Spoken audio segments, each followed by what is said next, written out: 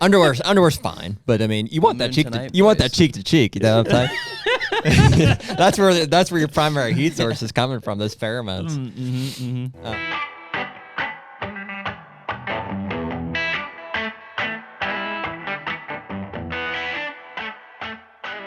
The HUNTR Podcast is brought to you by Deer Grow.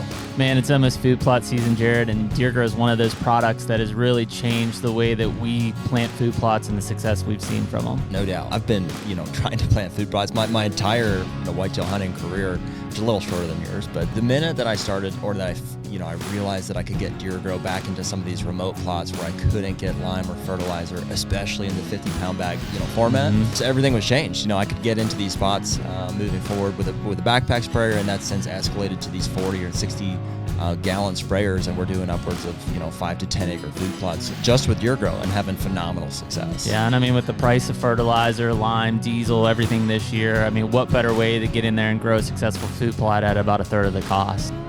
Check out Deer Grow at deergrow.com. And we're back. Hey. On our podcast, episode 92. 92. Yeah. God damn it. I forgot to change my shirt again. You want to change it? No, not on there. Dude, I started, it's going to get even worse now that it's like we're getting into hunting season. All my clothes start transitioning from upstairs in my closet where they live for most of the year to the hunting room, to downstairs. And at any given point, I've got like 4 or 5 t-shirts and like stuff in my backpack. Just in case. Just because I kind of live out of the truck. Sometimes I gotta go to the gym. Sometimes I gotta go to a showing. So it's like in the morning when I get up, I'm like, where's all my clothes? They're either downstairs in the dryer, in my hunting, in my truck. So. Yeah, I mean, I feel at some point like I'll have my hunting bin and my bow basically will live in my truck for 3 months. Yeah, because then when you got a chance, you gotta go. Gotta go. When you gotta go, you gotta go. Yep. Yep. So we're going to give away Stealth Cam Fusion X cell camera. So you need to subscribe and hit the notification bell. Those are the two things. So if you subscribe, hit the notification bell, you'll be entered to win Stealth Cam Fusion X. Well, it is still September 1st, but if you're listening to this September 22nd-ish, maybe, Nick? September 20th. September 20th. I don't want to push the issue. It may not be, but I'm very I would love to start dropping more than one a week, during the season here at some point. We're a couple weeks ahead. I don't want to do these on September 1st and be like, hey, September 20th. So we don't want to burn ourselves out, but we're here. Okay. Yeah, I mean, we're gonna stack them here at some point because frankly, we're gonna be hunting. Rack them and stack them. Yeah, there will be some weeks I will be on an elk hunt. I mean, Kansas. Honestly, there's only 2 weeks that we won't be able to do them. Elk hunt, Kansas. There's probably a week somewhere in between that we'll be out. Yeah, at the farms or something. Yeah, so it doesn't matter. But if that is... Wouldn't that be cool, though? If that's the case, do you want to hear from us more? Yeah. If that would be the case, then we're 4 days from the opener, and maybe you have killed an elk by now. Opener of? Ohio. Littering and... Oh, yeah. What is that, the 24th? I'm not going to be here. I know. That's why I said maybe you've killed an elk by now. Yeah. I'm going to try. They're impossible. I'm going to try. I'm going to get after it. You going to be picky? Yeah. Are you? A little bit. What's how picky? Oh, do we even know? I'd like to shoot I'd like to shoot a 3-year-old bull. Okay. I was going to say, do we even know what class bulls are in that area? I don't know how to score them. That looks big. Yeah. But I can age them. Okay. They're very similar to a whitetail, in my opinion, just in terms of what the things you're looking for. Filled out, not filled out, big chest, face, sway in the back, thin waist. Yeah, gotcha. Pedicle diameter. Yeah, a big bull looks like a big bull. Yeah, and there's guys I'm sure that are way better at it than me, but 2 to 3, pretty obvious. 3 to 4, dead. I think you can still tell, but I mean, it's the bigger the animal, the older they get typically. So I think a lot of guys are trying to shoot 8, 9, 10-year-old bulls. Really? Maybe I'm a little high on that, but it's definitely higher than whitetail. So if whitetail's 4 to 6, high as Snoop on that. Let me retract. I haven't even drank any of this. If it's 4 to 6 for whitetail peak, I'm gonna say it's 7 to 9. 7 to 9 for an elk. Really? I have no idea, to be honest. Let me retract again. I'm gonna say 6 to 8. 6 to 8. Sounds I'm gonna say right. 6 to 8. Can you Google that? I'm gonna say 6 to 8 is peak bull maturity. antler. Yeah, maturity. Sounds about right. Mm-hmm. Yeah. I mean, I would assume like some of these bulls that are scoring like high 300s are probably 6 to 8 years old. Right? Yes, They're not 4 or 5. Maybe. No, I think they got to be a little older.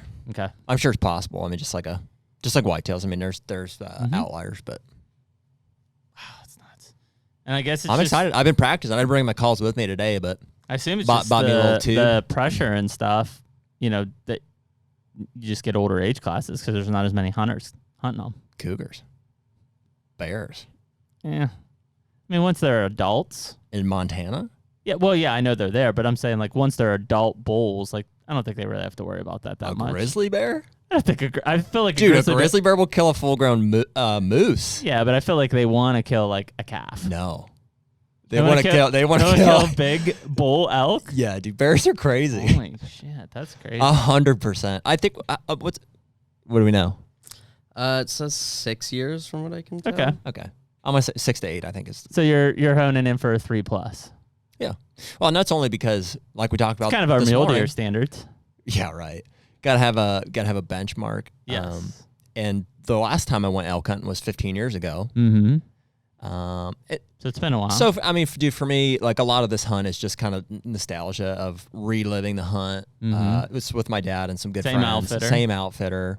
It's a small family operation. They just have like, I'm not sure exactly how it works. I think these outfits buy permits for a certain piece of public. It's like BLM land. Yeah, it's public land. Mm-hmm. And I think anybody can hunt it. Like, I think So like if I was doing it myself, you could go. I You could go. hunt Yeah, but there's only one outfitter. one outfitter in the area. Yeah, and so the reason you're paying for that is it's way back in there. Sure. I want to you've say got your base camp and everything. yeah. So we're gonna it's the Weminuche Wilderness is where we'll be. Which who knows? There's probably hundreds of thousands of acres. Probably. Here we go, Jared. I actually found it. Okay, Sometimes not until 10 years. Okay. Whoa. it's peak maturity. Yeah. What do they weigh? Full grown?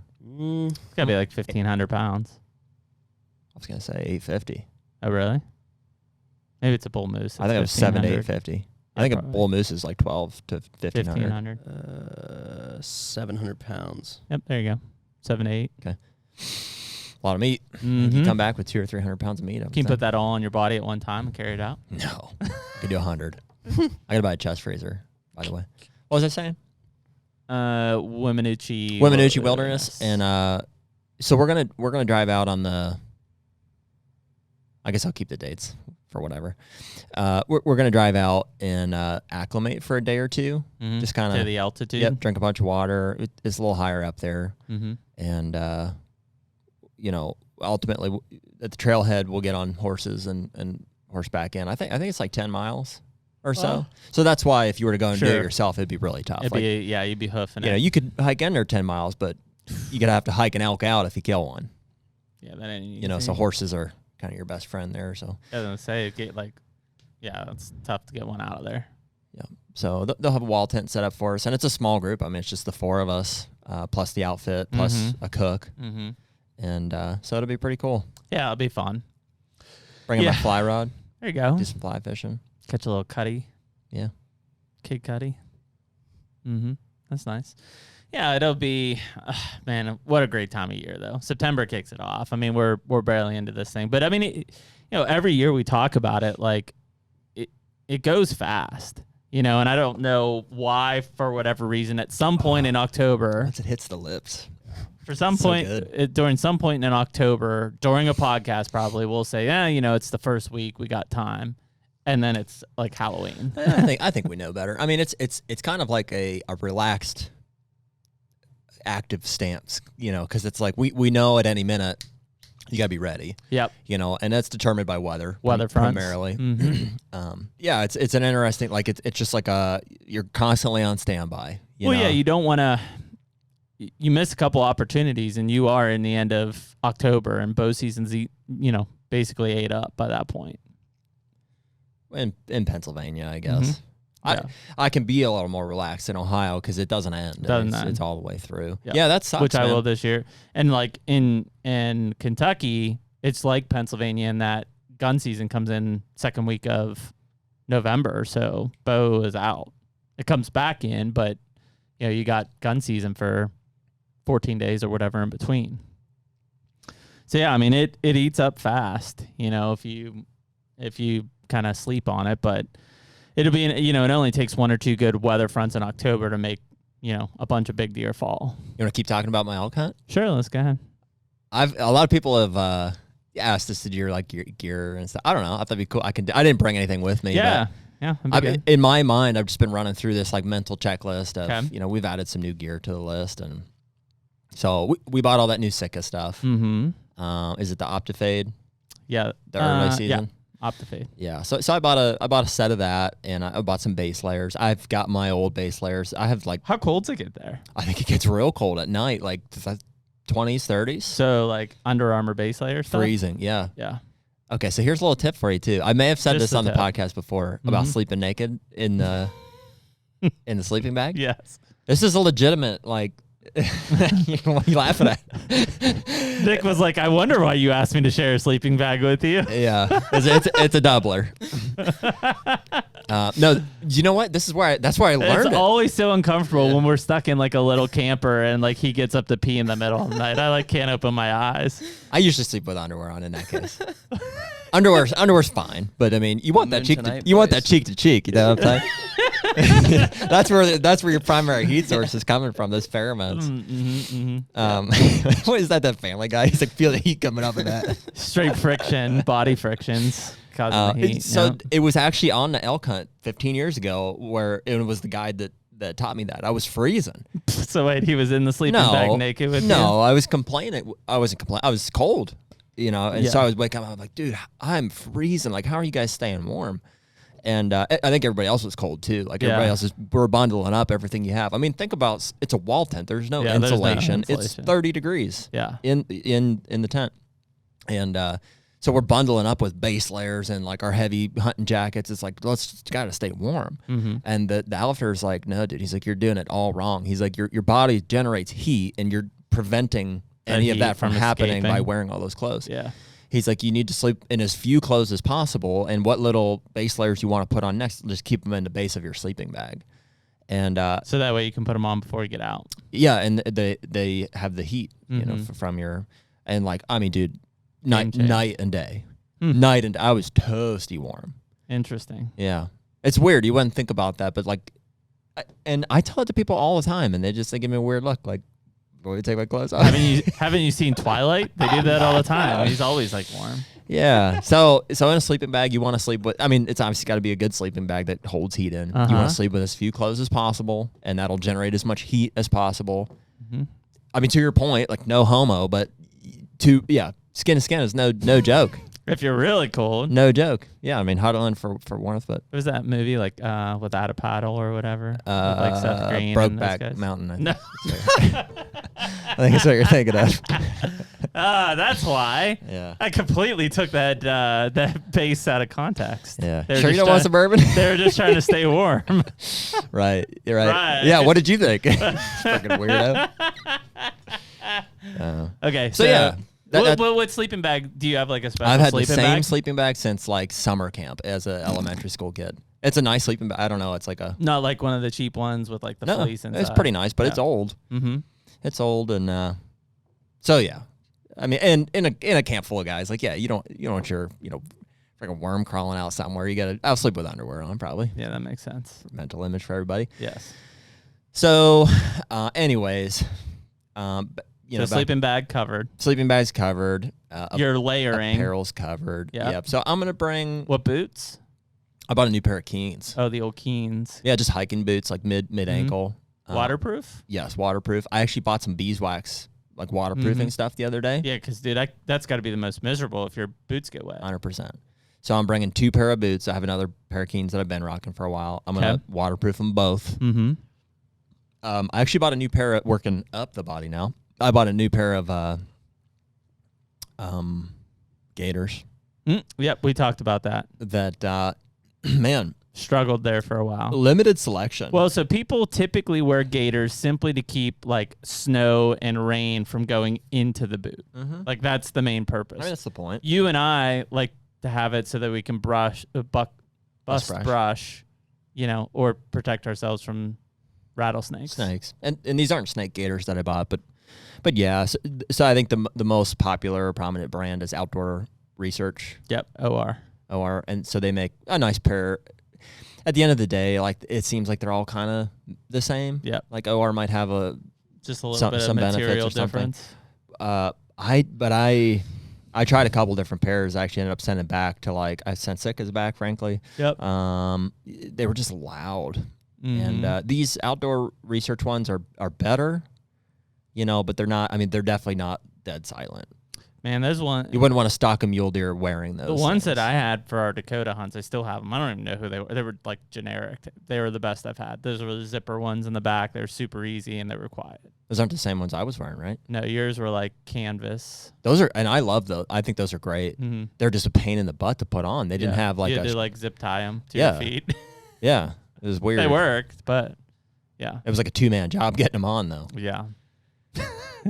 Yes. So I bought a pair of those, and those have been working out really well. I'm obviously washing all this stuff. I washed my sleeping bag. I washed my gaiters. You go and smoke this year? If I have the opportunity to smoke, I would. At the fire, I would assume. Yeah, good call. The campfire. Hadn't even thought of it. Yes, I definitely will. Smoke them out. Dude, I think the smoke is a solid strategy. Mm-hmm. We don't hear that from many people, do we? Mm-mm. Yeah. No, because it's people think about it, they want to be scent free, and to stand in front of a fire is like you're contaminating it. Yeah. Which, by the way, being scent free is nearly impossible. Yeah, dude, you gotta think about this stuff. I was talking to I got my hair cut earlier today. I was like, yo, Rachel, how do we what do I do with my hair? It's a lot of I'm scent. not fooling anybody. I mean, it's just long, and dude, I'm like odor filled. I'm like a dry person, so when I get out of the shower, I have to put lotion. I put lotion on my face. Put the and lotion stuff. on. Yeah. I get dry. Mm-hmm. Same with my hair. So I put oil in my hair just to slick it back, tame her down. Mm-hmm. No, just keep it tame. Yeah, no split ends. And so I obviously can't do that on an elk hunt or during deer season. So I'm like, yeah, I'm like, what do I do? And I would assume just over coconut time. Oil is what I'm thinking. Well, I was thinking just over time you just have natural grease form. Yeah, but it takes a long time. Does it? For me. Mm-hmm. That's what I'm saying. What if you start on the way there and then just it'll be fine by the time you get in the mountains? Because Because I think that's a pretty strong odor. That's a lot of human scent. I would prefer the grease in the hair. I'm thinking coconut oil is what I'm thinking. Because I don't think a coconut is gonna scare off an elk. Could be considered attractants. So, yeah. anyways, sidebar. Yeah, that's interesting. What about soap? Maybe just put. How about the green bottle? Yeah, well, that's what I'm saying. What if you just put that in your hair but didn't rinse it out? Just gets dry. Oh, it does. Oh, don't rinse it out? Yeah, it's just gonna be foam. Yeah, not great. Sorry. Not great. Not sure how. I haven't had experience taming the mane. Yep. Yeah, these are new problems for me too, What are you going to do about your mustache? Oh, she'll be fine. I'm glad you asked that. Yeah, thanks for that. I don't see that thing drying out. Well, oddly enough, I don't recall shower. I showered once the last time, and they had a bad at the elk hunt. Yeah, it was it was one of them deals. Portable. Dude, we had a shower every day at Dakota's, and that was so freaking nice. Yeah, that was amazing. Because you were a dust ball when you came back. Well, in hindsight, I don't know why 15 years ago we didn't just wash in the creek. That's what I would have did. Yeah. So it's probably cold. Yeah, that's fine. But I'm taking cold showers now. Nasty that. You want a good way shower. Better than nothing. I don't think there's mosquitoes at that altitude either. So we'll see. Anyways, I think we're gonna be just fine. I got a bunch of wipes and stuff and more for toilet paper. Freaking. So I sent a picture. I labeled it Mountain Money. And you've heard that? So out west, it's toilet paper. They call it Mountain Money just because it's rare fine. And Willie responds to my text after I sent it to him and was like, "Oh, you big wussy. I'm just gonna use leaves." I was okay. Did you tell him he's in a coniferous forest? Yeah, I was like, I'll remember that when you're behind a pine tree calling for me, hey, there's no leaves up here at this altitude. Help me out. Yeah, no shit. I think there's just aspen and there's probably some cedars. aspen and stuff. Yeah. Okay, so what? Backpack Kuyu Yeah, I've had that Kuyu pack. I think it's like the 2,300 sounds right. cubic We love that pack. feet or centimeters. Like for a Western pack, that's freaking awesome. Yeah, well, I've been training with it. Mm-hmm. I mean, for a long time. So how's that work? Like, is that the only pack you take in with you? it's the only pack I'm bringing. Yeah. So when you go in on horseback, the only pack you'll have with you, you'll have your bow and you'll have that Kuyu pack. Yeah. And nothing else. I'll have a duffel bag. Our limit's 35 pounds. You will have a duffel bag. It'll be on the horse. Okay. Yep. So that's all my street and camp clothes. When I say, so I haven't got to that part, but I'll bring some. Sorry. Just camp clothes. Well, no, you're Jumping fine. ahead. You're fine. When I get on the horse, Mm-hmm. I'm gonna have the Kuyu pack, Mm-hmm.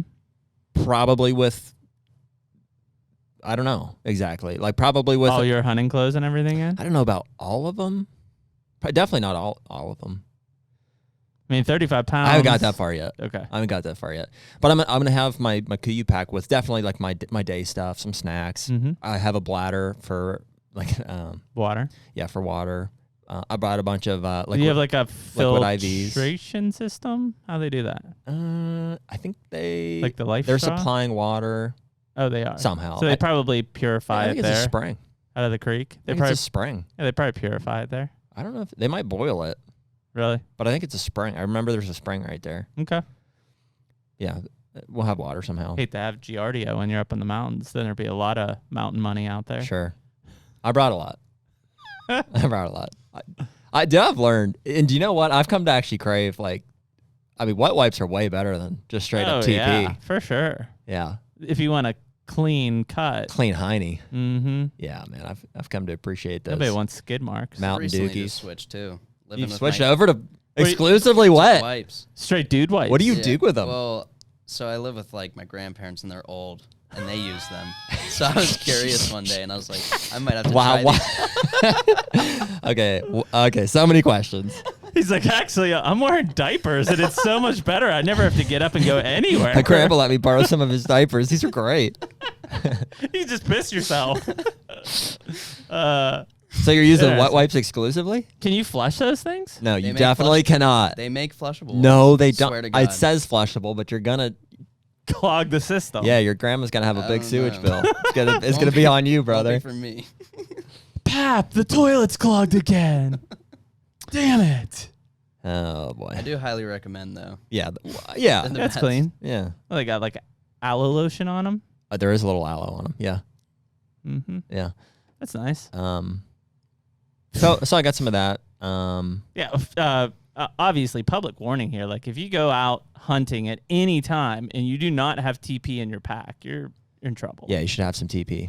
Just always. I usually have mine in a little sandwich zippy so that they right don't in get the wet. same pack as your license. Like the two most important things you can bring: license and TP. Yeah, one's definitely more important than the other. Yeah. The HUNTR Podcast is brought to you by Hoyt Archery. Dude, where would we be without our Hoyt bows? Probably shooting crossbows. or a Matthews. Yeah. One and the same. Yeah. But in all seriousness, we love being Hoyt guys because you stand out. When you're in this room full of other people that shoot these other types of bows, I feel like the Hoyt guys just stick out.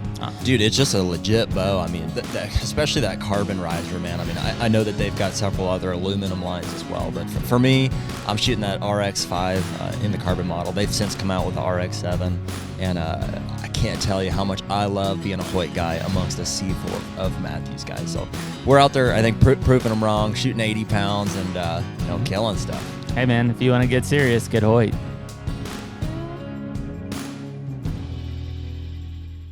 All right, so camp clothes. We'll figure. Talking about my pack. Yeah, we'll figure that out at some point. But you have that Kuyu pack. I'll have my pack. So when you hike, I'm gonna have my hunt, bow on the back. Yep. When you hike to hunt, you're taking your Kuyu pack. Just the Kuyu pack. What's in that pack with you? All right, here. I'll give a full rundown, top to bottom, and this would be a good opportunity for me to see if I am forgetting something. Okay. 2 pairs of boots, Mm-hmm. Keens, waterproof. I've got a dozen or so pair of socks, like mid-weight, Mm-hmm. because I want to be warm enough in the morning, but not hot during the day. No blisters. Got moleskins. I have moleskins. Yep. Good call. Mm-hmm. I've also been training in my Keen boots. So you'll be all right. Gaiters. Mm-hmm. They fit. I've actually gone to the. I've actually trained in them a little bit. Mm-hmm. Base layers, Sitka tops and bottoms. Mm-hmm. 2 hunter hats. Mm-hmm. Critical, Yeah, black. obviously. Sprayed down. See, because you don't want to wash those. No. They'll lose form. So I just spray periodically. Mm-hmm. Eh, They'll be fine. we'll see. Play the wind. I'll rub them in some dirt. Yeah, play the wind. Okay, so now bino harness is actually pretty critical because Mm-hmm. it's, I got a lot in there, and I got my Kuyu pack. You got milkweed in that? Yep. Mm-hmm. Which I need to pick some still, actually. But I have the holder. It's fine. I'll grab some pods. So in my bino harness, I've got my rangefinder. Actually, so when I'm whitetail hunting, I usually have a neck strap and it hangs loose because I like to just be able to. Yep. But for the elk hunt, I've got an actual. It's like a little satchel that it connects to the bino harness itself. So it's enclosed. It's protected. Mm-hmm. I've got my binos in there. I just got a pair of it's an old name. I've had them for a while though. They're really nice. Not the Vortex? Burris. Yeah, I've Burris. got a pair of Burris binos that have worked just fine. So rangefinder binos. I put my release in there. Are you bringing your cannons at all? Yes. The stabilizers. Yeah, I am. We've talked about these before, but they're 100%. Canon stabilizer binos basically eliminate the need for a spotting scope. 100%. Yeah. My dad's not bringing his because they're too heavy. I'm like, bro, that's what's gonna kill an elk. I mean, they would be in my pack at all times. They will be. Yep. Yeah. They're Canon image stabilizer binos. They're expensive, but I mean, if you think you need a spotting scope for something, just use this. These are the ones I have are 18 by 50s. Yep, I think that's what I bought. And they are. I mean, you could like we were glassing muleys at a mile plus. Easily. Within like 10 inches, you could score a muley at a mile. Yeah, like it's pretty impressive. Yeah, they're awesome. No tripod needed to limit. I mean, that's what I'm saying because a lot of guys will pack a tripod and a spotting scope. You just need these binos. Mm-hmm. Yep, so that'll be good. So I'm bringing those. I'm sure the guides will have spotting scopes, but I don't know what they'll have. I don't know, man. I don't know what the visibility is. I mean, if you're in like a conifer forest, then you don't need them. I'm not 100% sure either. I think that I've been there before, but I know it's a lot has changed in 15 years. They've had Fires. Beetle kill and avalanches and fires probably. Maybe. Yeah. Maybe fire. I'm not sure. I know for a fact that there are chutes, like avalanche chutes, that a lot of times you can see up and you can see above tree line. And so I'm sure we'll do a fair amount of glassing. Back to my bino harness. I've got a Carter Wise Choice release that I put tape on for grip. I've been training. I've talked about my target panic and stuff. I've used, that's the. Do you have a backup release? I don't. I wish that I had one. Worth ordering one still?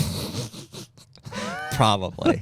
I mean, you lose the release, you're screwed. Yeah, I know. And I know it's not an expensive, or it is an expensive backup, but like you lose the release. Even if you don't want to have to change everything. You probably need the exact same or similar release as a backup. My thinking was, yes. First of all, that would be unless you're gonna that'd be a staple it to your disaster. belly or something, so you don't lose it. That'd be a disaster if I lost that. My thinking was, some other people are bringing backup releases. I could probably shoot it with a trigger release. Trigger release. Yeah.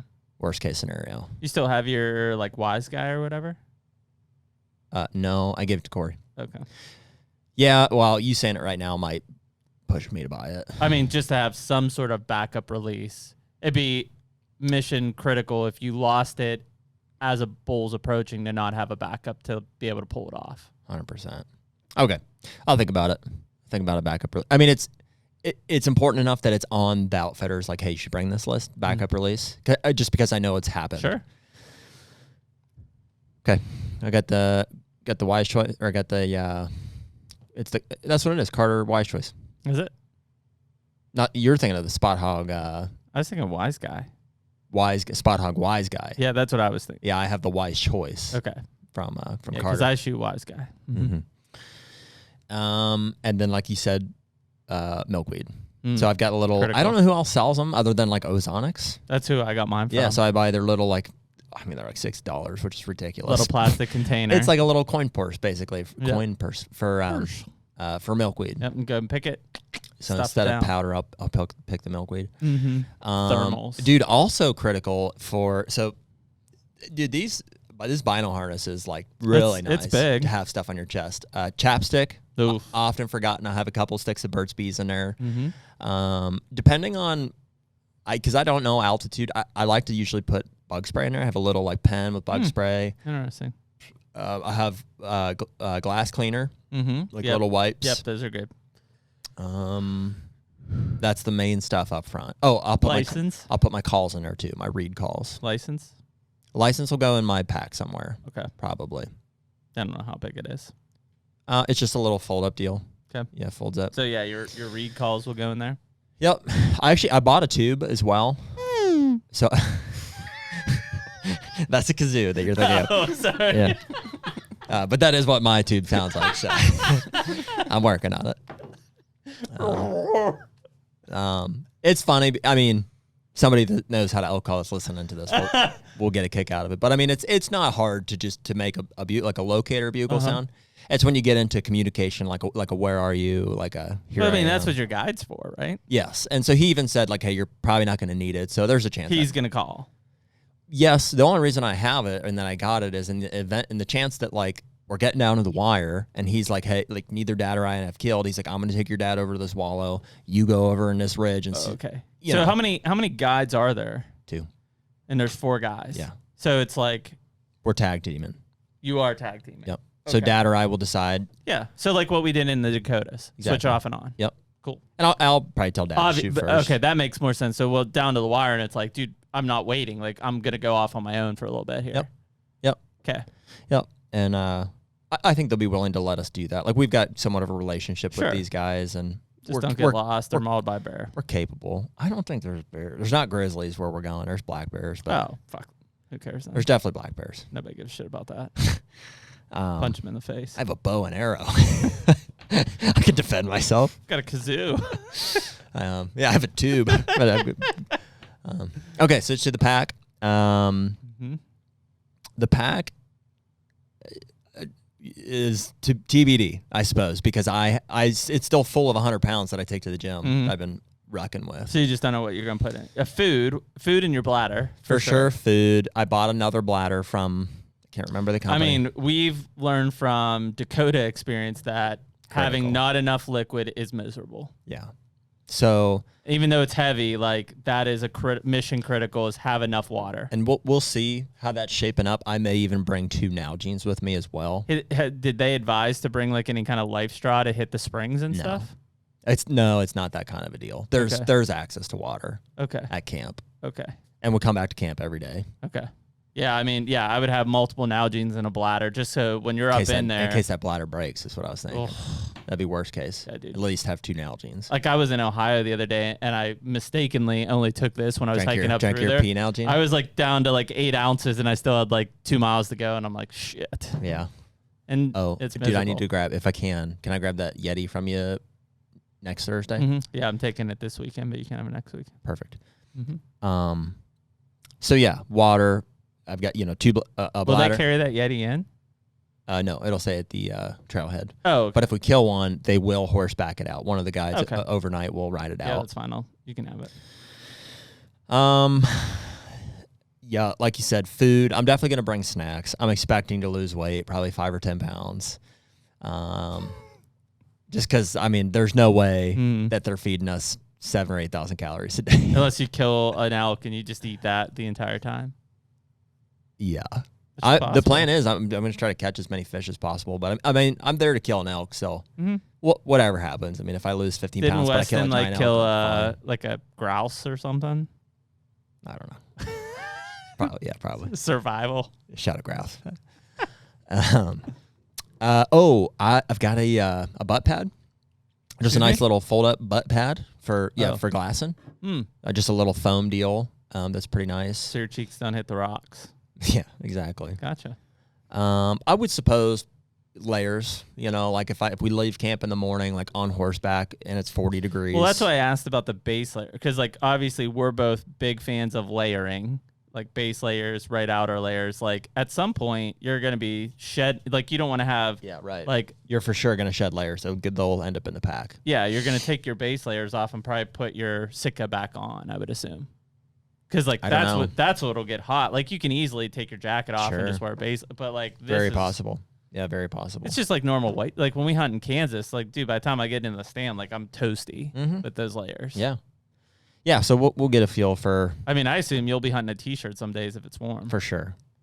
Yeah. So that's probably the main purpose of the pack is like... I mean, that's what I know people are like, what do you mean? Like you're not wearing like face paint? It's like, no, we hunt in t-shirts. Yeah, I won't wear face paint. I think it's... I don't wear Not gloves. I don't wear gloves. I don't either. I don't wear face I hate paint anymore. gloves. I hunt in a t-shirt. Plus, they when it's discriminated warm. against me. So snacks for sure. Mm-hmm. You know, I'll bring some extra stuff. I'll probably bring some kind of like day toolkit with me, just for my bow. Like I'll bring an Allen. I'll have an Allen key with me. Yes. I mean, I didn't want to think about that. Like, what happens if something happens to the bow? Yep. You do poor man bow press. Basically, push the limbs in.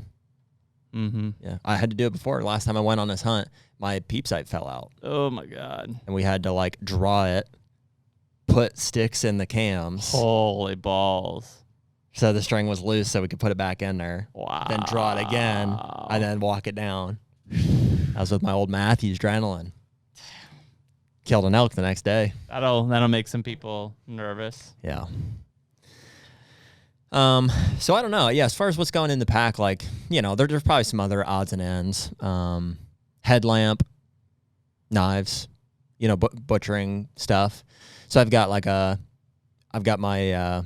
probably just my like gut hook, my gutting. Well, I was gonna say, like, how much of that is, and this is the stuff that I don't know, like, how much of that is guide supported versus you supported? I think that they have knives and they have game bags, but I'm gonna also bring, you know, like a gutting knife at least, because we'll cape them out to the neck, you know, for a bull that you want to mount. Mm-hmm. We'll cape it to the neck and we'll quarter it out on the spot up the mountain. Mm-hmm. Put it in game bags, put it in the backpacks, walk them down to the horses as close as you can get.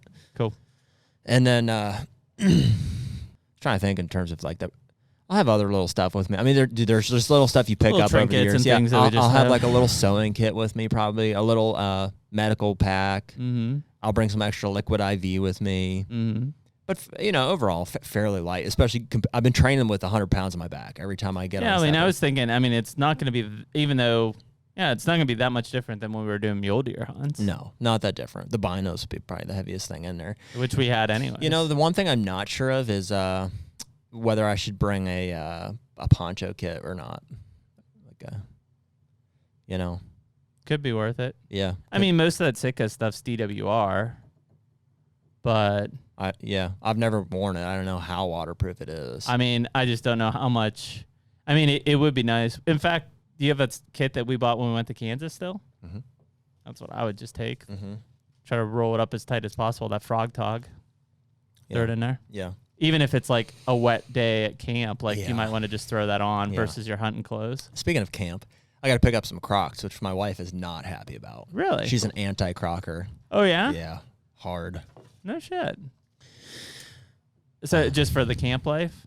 Yeah, just for camp. I have flip-flops, but I mean, there's roots and stuff and back Picked and up forth. some of those Hey Dudes the other day I really like. Nice. Yeah. A little classier croc. Yeah. I feel like everybody's got a pair of those. Yeah. I like them. See a lot They're of them. cheap. They're nice.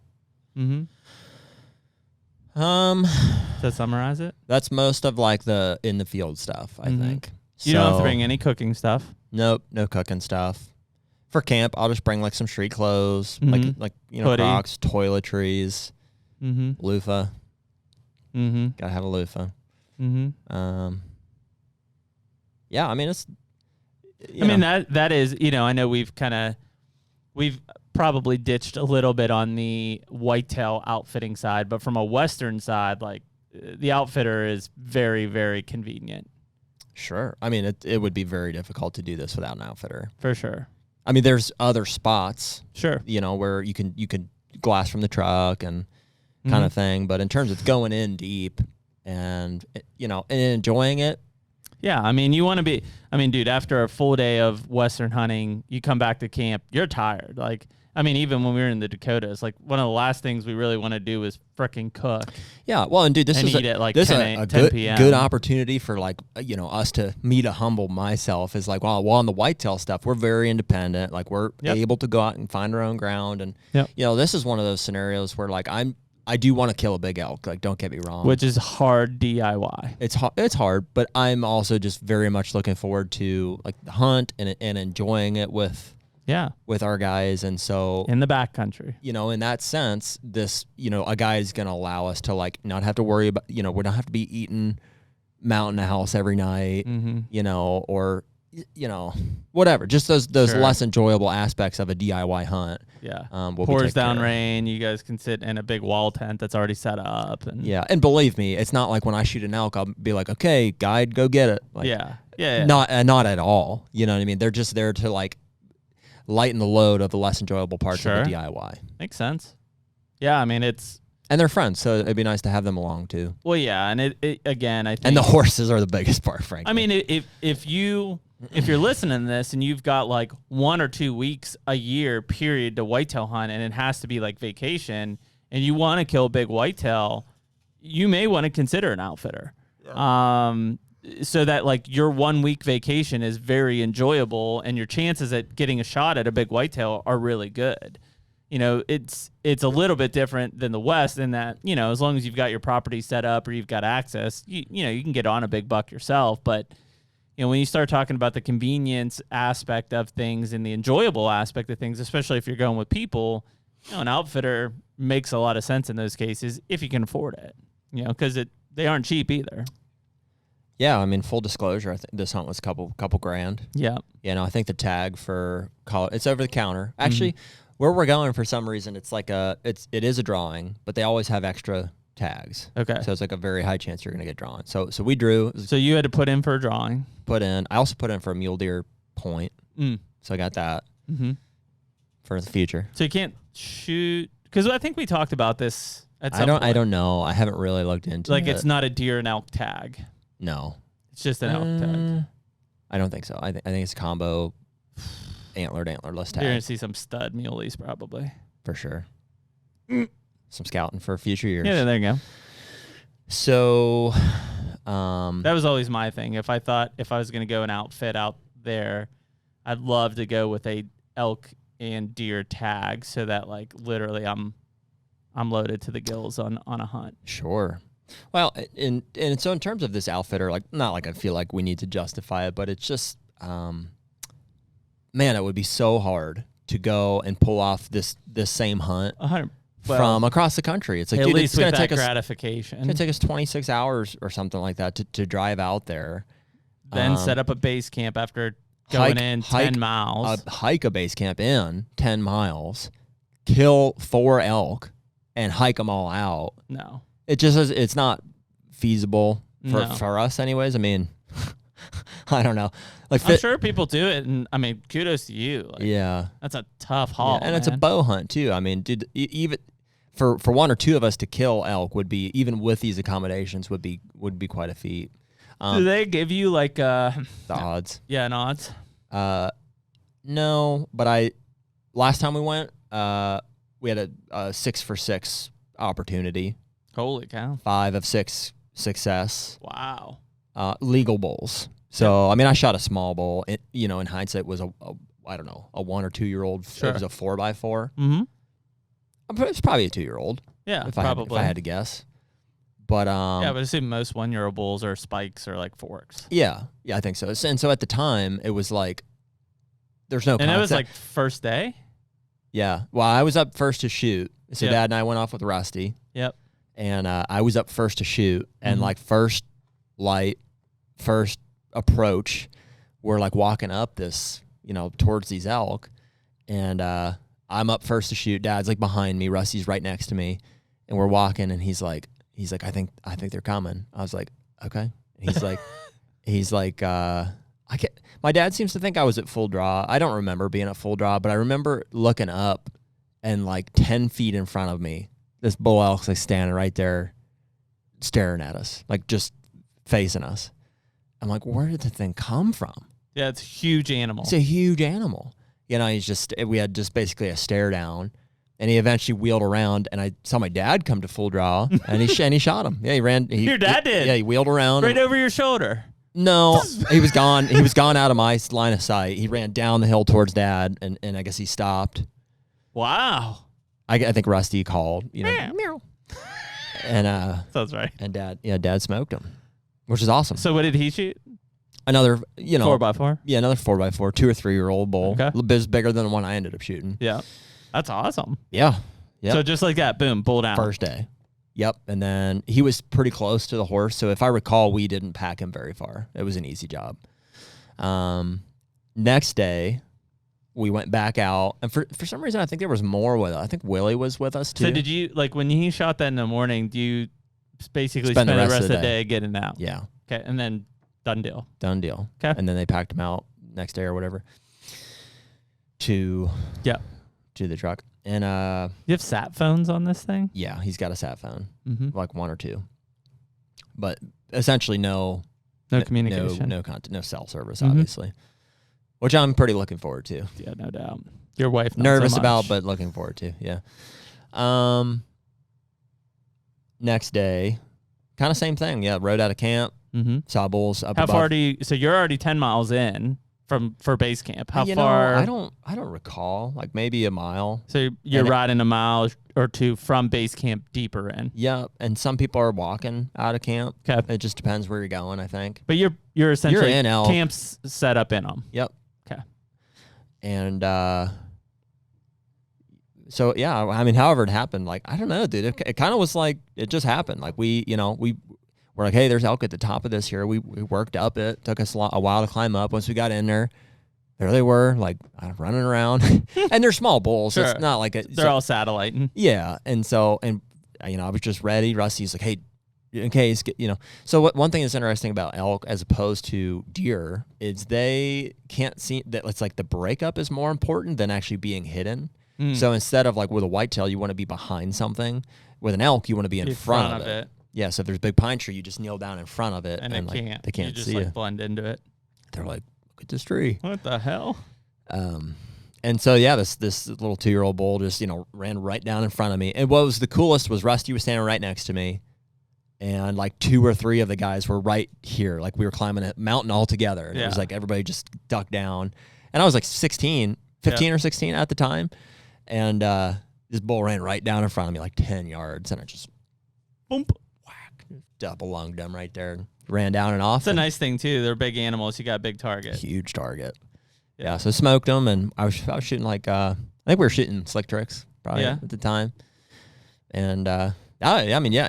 I don't know. At the time, maybe it was really difficult, but in hindsight, it was like it just kind of came together. And that's what I was gonna say, because like every time we talk about it, and we probably started talking about it more last year or so, as you were kind of building up to, hey, we're gonna take this trip again. It seemed very, like, I don't want to call it like anticlimactic. Well, like effortless. Like you were just like, yep, we went there. Dad and I killed one in like 2 days and like, everybody killed bulls and we were out. Yeah. Well, a lot of that I think is tied to standards. Where I think it's also probably tied to the quality of the outfitter too. Sure. What I mean by the standard comment is like if neither one of those I don't know, Dad's was borderline. I'd consider like if you were shooting 300+ inch bulls. Yeah, that would have just been an encounter. Yeah. Right. And so it might have totally changed the outlook on the week. Sure.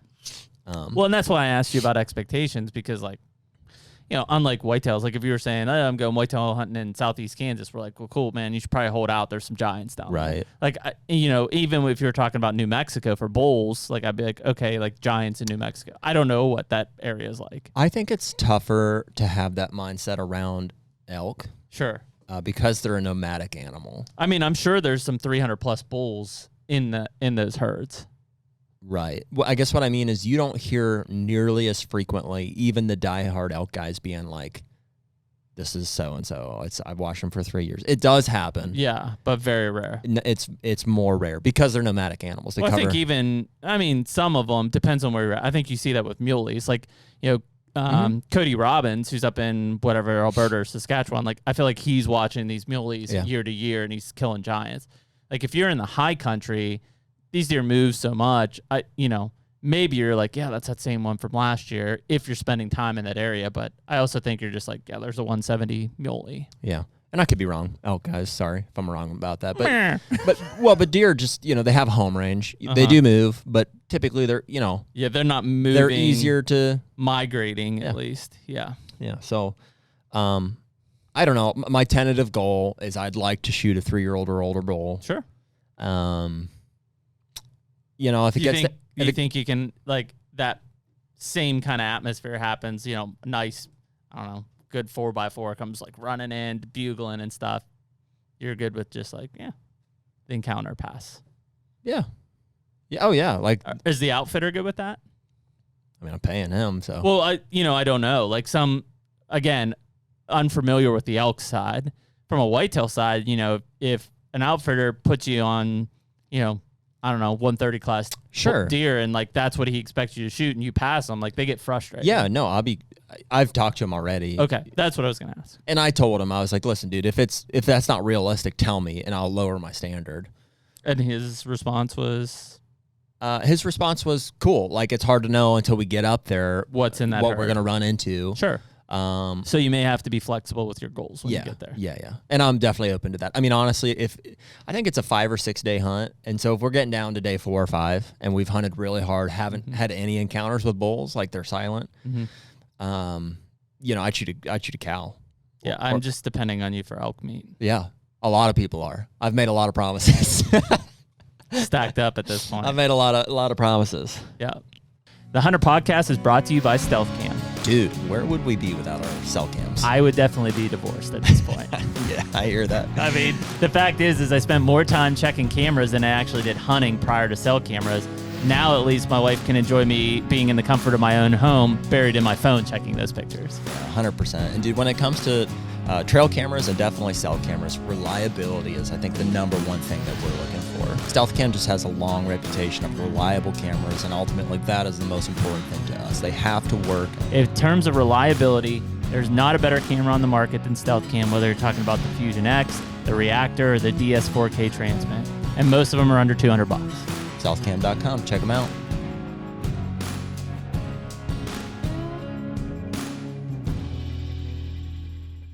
So yeah, that's good. It's a good summary. Yeah, I didn't mean to like hog the pod there, but pod the hog. Hog the pog.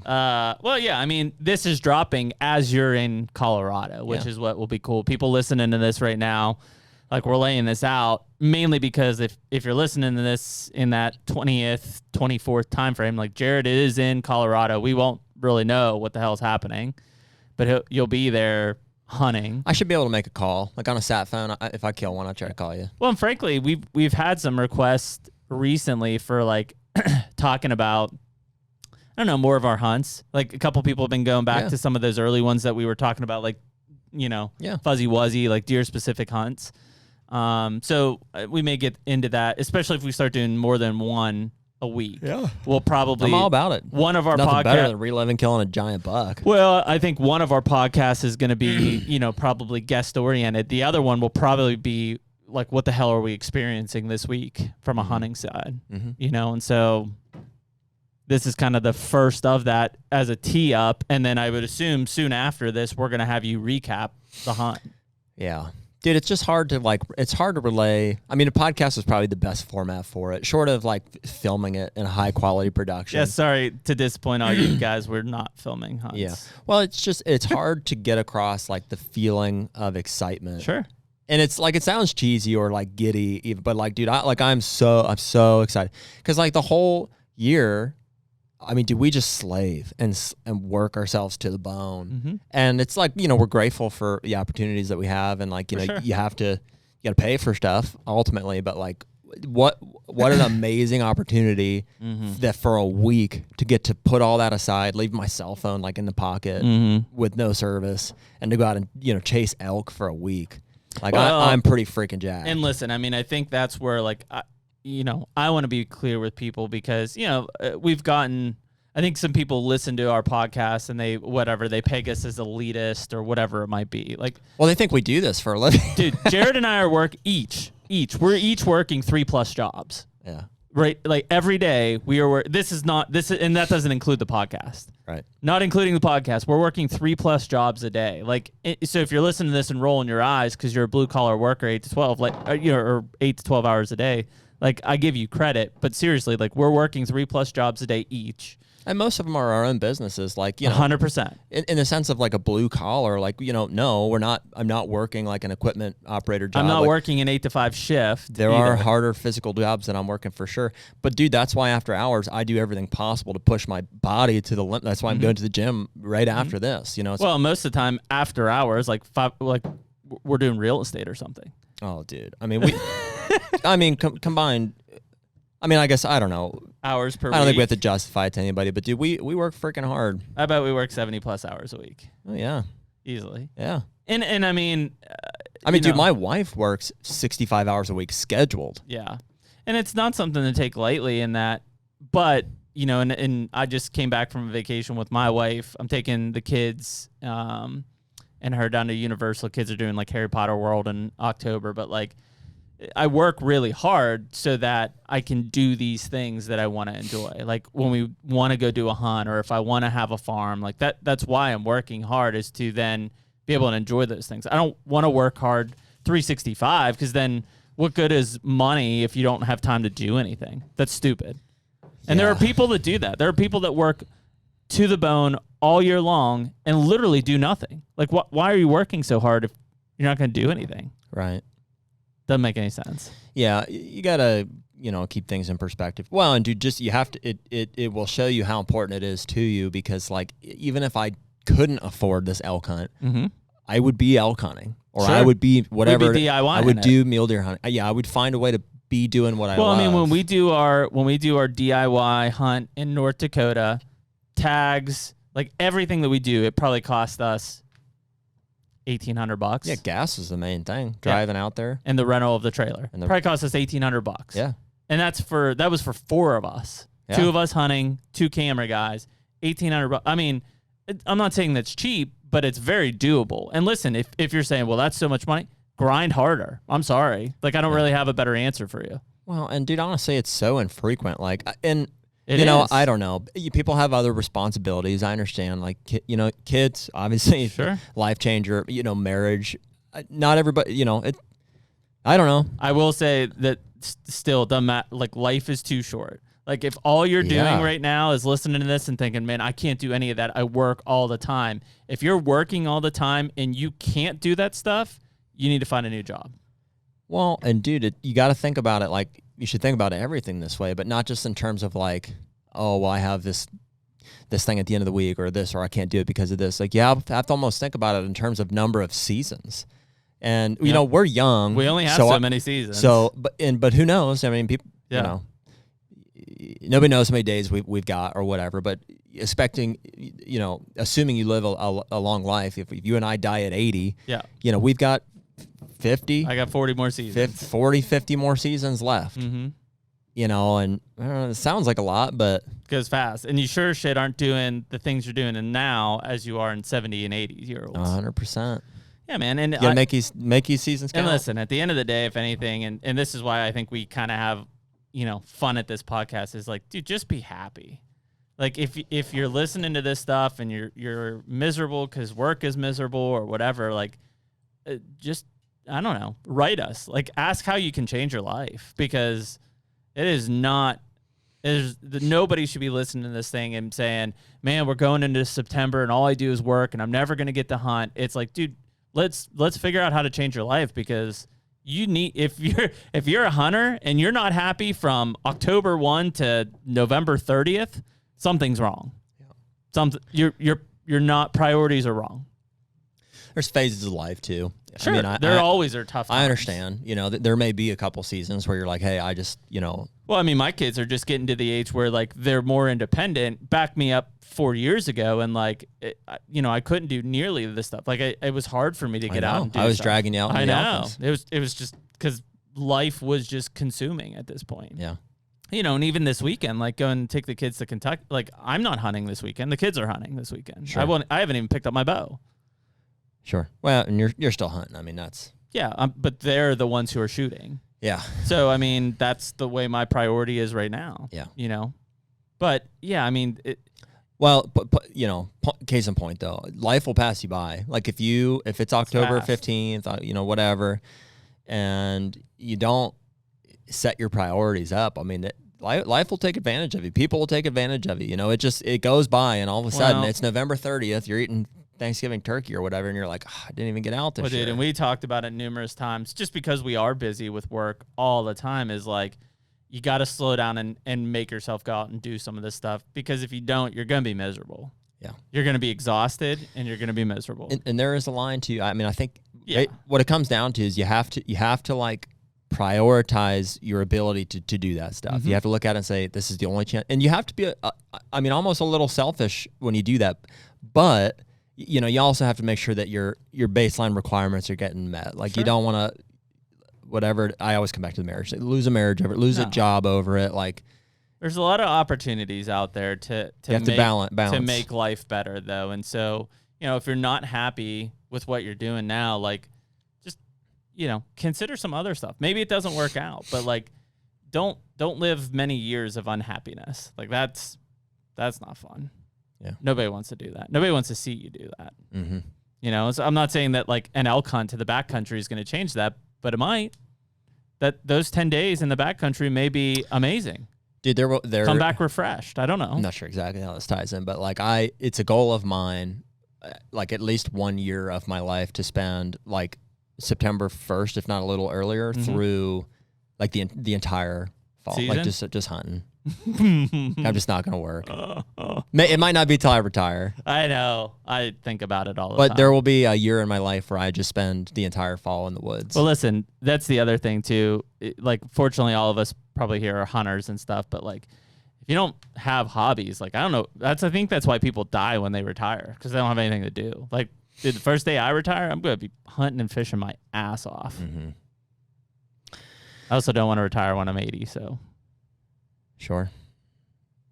See that all the time. People say, like, why do you work 60 years of your life just to retire and live for 8? Because then you're dead. Yeah. Don't die, Nick. Yeah.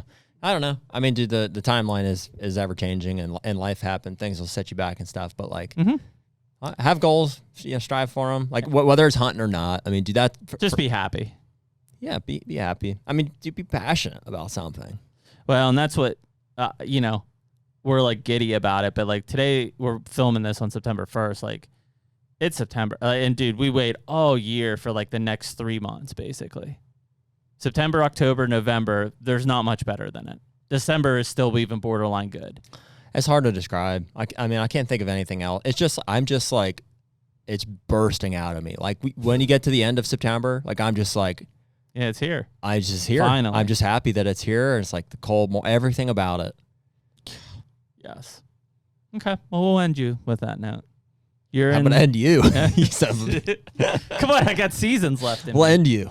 All right, so Jared's in the backcountry if you're listening to this. Hopefully he's killed an elk. Go back. I got my mount back. Did I tell you that? Oh, you did? I saw. Well, I don't have it You personally. didn't pick it up. No, not me personally, but a guy I know. A guy I know. He and him got it on. He and her, I should say. Yeah, my dad picked it up. Oh, well, here, we could talk real quick about Sorry, we're not ending. because I'm going to the farm tomorrow. Mm-hmm. Literally tomorrow, not when you're listening to this. And no, you're in Colorado. I bought 7,500 pounds of corn. Yeah, when somebody says, I bet those guys don't bait. Right after our corn conversation with Ben, I went out and dropped $1,200 on corn. Holy cow, that's a lot of corn. Yeah. Where do you store all that? Barn. Is it in bags? Yeah. 100-pound bags? 50. 50-pound bags? Mm-hmm. Is it like 150 bags of corn? Yeah. Oh my God. Yeah. So like, I'm going to need a how many straight are up on a- silo. I'm pretty sure they only put 40 on a pallet. I don't That's know. because that's a ton. Okay. So it's like yeah, so I have 3.5 pallets of corn. Yeah, Yeah, that's a lot. Yeah. Wow. I don't know. I mean, dude, it's like we have so many spots is what it comes down to. Like, dude, you go out and dump 100 pounds, 200 pounds at a spot. Like, it's gone in 3-4 days. Oh, yeah, they eat it up. You know, and Well, this goes back to, like, you start dumping corn. If you stop dumping corn, the deer disappear. Yeah, well, I mean, I'm not dumping it to hold them necessarily. It's situational how we use it. Like basically, and I'm not saying I won't hunt over. If the opportunity's there, like I'll be over that's what I'm saying. It's situational. So like, because I won't be there for the opener. Mm-hmm. So like my hope for tomorrow when I'm at the farm after we do corn, I'm gonna stick around for Saturday. What? Well, I was thinking about that because like Dad won't be there either. Dad won't be there. Mom's not going out and dumping corn on your spots. Dale and Brian. Oh, they'll be there for them. Yeah. So Dale and Brian will be there for opener. So. Neither of them. Who's going on the elk hunt? Willie. Oh, okay. Yep. So I'll just basically do my best to run cameras. Sure. I've got a feel for what's where. I've said on an earlier podcast about like very certain specific setups will work for corn. Mm-hmm. Yeah, play in the wind. And so I've got all that, stored in the head. In here. It's not written down anywhere. And so I'll just kind of help Dale and Brian out for the opener. But then after I get back, like, early mid-October, I'll dump a few here and there, just make sure I know what's where. Mm-hmm. And then I don't have a real, I mean, I've got a couple bucks that I would kill, but I don't have I haven't thought through the whole season yet. I just kind of, frankly, there's a few bucks at a spot that I'm like, man, if some of these show up, I mean, that's where I'm going to be. But I'm just going to take it as it goes. When will you be back? For like 26th, 7th, something like that? Yes. Okay. Yeah, because I think October 1 is PA's opener. I think that's also like Michigan opener. Maybe New York. Okay. There's a bunch of states that open October 1. And that shark hunt's going to be here before we know it, too. Yep, 20th. Okay. Mm-hmm. So, yeah, we'll be bouncing around. We'll be in Kansas before you know it. Oh, my goodness. Third week of November. I don't have any shooters on cam yet. They're there. We just haven't seen them. They're there. Oh, they're there. I'm excited. I'm in the right spot, too. Yeah. I'm waiting for one of those to show up. It's going to be here sooner than later. Yeah, I really like that. Because they should be shedding out. And once they shed out, they'll move up in there. Yeah. I was talking to Kevin. He said mid-October it starts to turn on over there. At the well site. Yeah. And that guy's going to go over and move that thing around? Yeah. Cool. Yeah. Anything else? No, that's all I got. Moving on to an old field management project. We got a sprayer and we're moving on that. I'm going to get all the fire breaks sprayed on Saturday.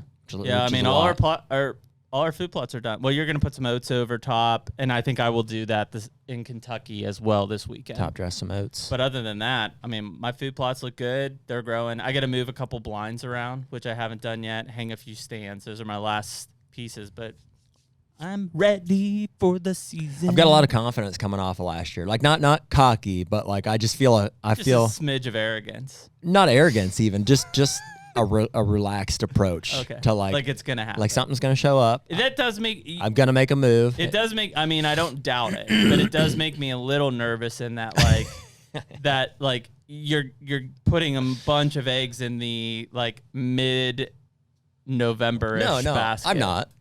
No, I'm open to the whole season. Oh, you're open to the season. Yeah, I'm just I just know that a lot will change. Sure. And we've got enough spots. I mean, I've put the work in. Mm-hmm. Like I know. Well, you got more spots this year because of the way that the farm situation's laid out. Yeah, exactly. Yeah. There's a few spots. What I'm trying to do is like not just draw a ton of attention to all these different spots right now. Well, it's kind of like I know where these spots are at. Sure. I know what bucks are kind of there from last year, and like it just comes out weather front. You get in there, you shoot them. I mean, like a split. We're filming this in the first part of September. Bucks are shedding out. By the time this drops, we are in fall shift or starting the fall shift. Mm-hmm. So you should start to see, you're going to start losing bucks, unfortunately, but you should also probably start to see some new bucks show up. As I'm sitting here confidently, I haven't had a picture of a shooter in a couple of weeks. That one big, whatever, crabby looking sucker over there. Yeah. I'll probably, Brian likes that spot. I'll probably end up sticking him in that pinch. There you go. And he'll kill either that 7 or that big old That'd be good. thing. We're in it, man. September, rolling. That's all I got for this podcast. So we'll see you next week? ? No, you will see us next week. Cool. That's it. Later. Take me